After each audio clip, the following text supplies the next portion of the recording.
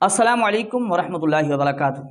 نحمدہ و نصلی علی رسول الکریم۔ ناظرین کرام، آج ہم آپ کی خدمت میں ایک غیر مقلد کی ویڈیو پیش کرنے والے ہیں، جنہوں نے یوں سمجھو ایک زبردست مسئلے کو مانا، قبول کیا، تسلیم کیا، جس مسئلے میں احناف حق پر ہیں اور غیر مقلدین ضد پر ہیں۔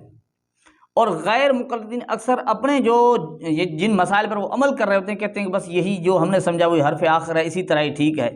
لیکن اللہ جل جلالہ کبھی کبھی انہی کی زبان سے اللہ جل جلالہ حق کو واضح کرتے ہیں تاکہ پتہ چلے حق کیا ہے۔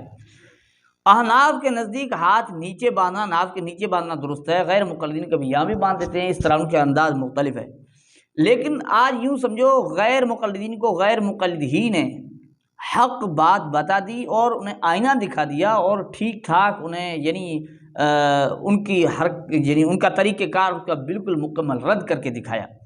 یہ اللہ کا فضل ہے۔ لیکن اس کے باوجود بھی اگر کوئی ضد پر ہے، ہٹ دھرمی پر ہے، مانتا نہیں ہے، اس کے لیے ہم ہدایت کی دعا ہی کر سکتے ہیں۔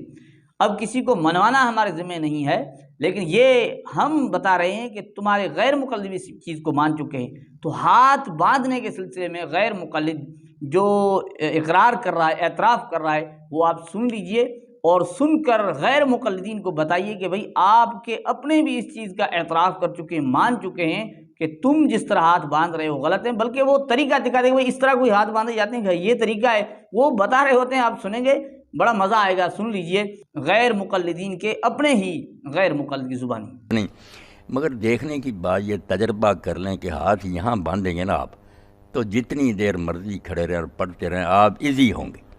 یہاں ہاتھ کر لو، ذرا محنت ہے نا اوپر اٹھانا، یا تھک جاتا آدمی، وہ مسئلے کی روح سے بے شک بندے رہے ٹانگ پڑتے ہیں۔ یہاں جتنے ہاتھ جانے سے چلے گئے، یہاں آپ نے باندھے ہو، بے شک جتنی مرضی تلاوت کرے اور کر کے دیکھیں سکون رہے گا، آپ کو پریشانی نہیں۔ یہاں تو آپ نے اوپر کو اٹھائے ہوئے ہیں، ٹنگی ہوگی۔ یہ تجربے کی بات ہے، ویسے ضد کا تو علاج ہی کوئی نہیں، جائز سب ہے، یہ کرنے ہی نہیں چاہیے۔ پھر یہ دیکھیں نا، کرتے بھی ایسے ہیں، کوئی یہاں سے پکڑتا ہے کونی سے، اس طرح پکڑا، کوئی یہاں سے پکڑا ہوتا بھئی صاف تو حدیث پاک میں آتا، حضرت وائل کہتے ہیں میں نے ایک دن تہیہ کیا کہ میں رسول اللہ کو دیکھوں گا کہ نماز کیسے پڑھتے ہیں، وہ ساری بیان کی انہوں نے لمبی ڈیٹیل۔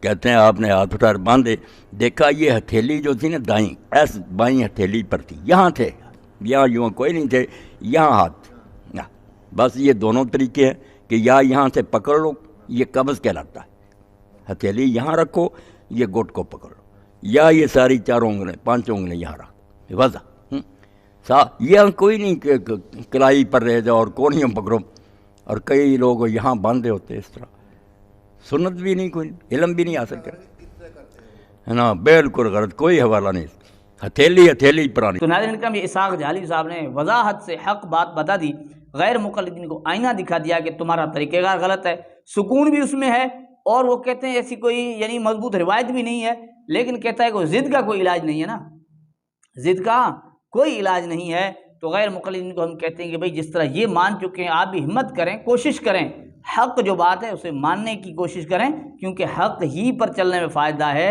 حق کو ماننے میں ہی فائدہ ہے۔ اللہ جل جلالہ ہمیں حق پر چلنے کی توفیق عطا فرمائے۔ یہ ہے حقیقت۔